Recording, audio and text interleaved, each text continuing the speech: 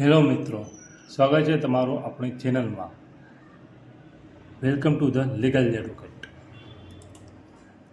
આજે આપણે જોઈશું થેફ્ટ વર્સિસ એક્સ્ટોર્શન, એટલે ચોરી અને ખંડણી વચ્ચેનો તફાવત આપણે આજે જોઈશું. તેમાં ચોરીમાં ગુનેગાર માલિકની જાણ બહાર એની સંમતિ વિના મિલકત લઈ લે છે, જ્યારે ખંડણી એટલે એક્સ્ટોર્શનમાં ગુનેગાર ધમકી આપીને, ડરાવી ધમકાવીને માલિકની મરજી વિરુદ્ધ મિલકત સોંપવા માલિકને મજબૂર કરે છે. એટલે કે ચોરીમાં મિલકત લઈ લેવાય છે, જ્યારે ખંડણીમાં આપવા મજબૂર કરાય છે.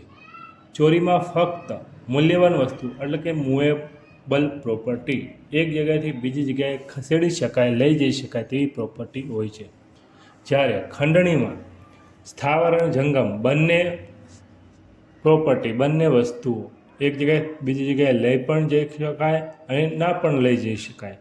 જેમ કે ઘરેણાં, દાગીના, કોઈ વસ્તુ એ મૂવેબલ પ્રોપર્ટી અને જમીન, મકાન એ ઇમૂવેબલ પ્રોપર્ટી. બંને પ્રકારની મિલકત ખંડણીમાં હોઈ શકે છે. ચોરીની કલમ BNS ભારતીય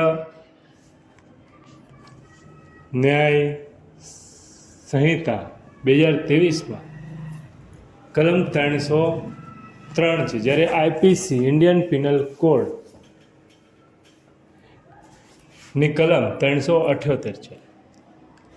ચોરીમાં કોઈની જાણ બહાર સંમતિ વિના મૂલ્યવાન વસ્તુ લઈ લેવી અને ગુનાહિત ઇરાદો મિલકતને કાયમ માટે માલિકથી દૂર કરવાનો હોય છે. ઉદાહરણ તરીકે કોઈના ખિસ્સામાંથી પાકીટ કાઢવું. ખંડણી એટલે એક્સ્ટોર્શન એની BNSની કલમ 308, જ્યારે IPCની કલમ 378, જેની પદ્ધતિ છે કોઈ વ્યક્તિને ઈજા, મૃત્યુ અથવા ગેરકાયદેસર અટકાયતની ધમકી આપીને, ડરાવીને મિલકત ટ્રાન્સફર કરાવવી. એનો ગુનાહિત ઇરાદો ડર દ્વારા ખોટી સંમતિ મેળવી મિલકત પડાવવી. ઉદાહરણ તરીકે પૈસા નહીં આપો તો જાનથી મારી નાખવાની ધમકી. તફાવત, બંનેમાં તફાવત શું છે? તો સંમતિ. ચોરીમાં સંમતિ નથી હોતી, જ્યારે ખંડણીમાં ડરાવી ધમકાવીને ખોટી સંમતિ મેળવાય છે.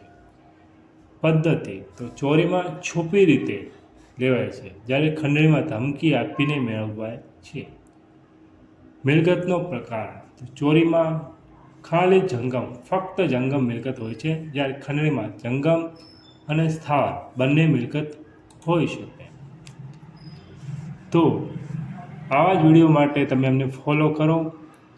થેન્ક યુ, આભાર. આપણે બીજા વિડીયો પણ આપણે આ ચેનલ ઉપર લાવીશું. Thank you.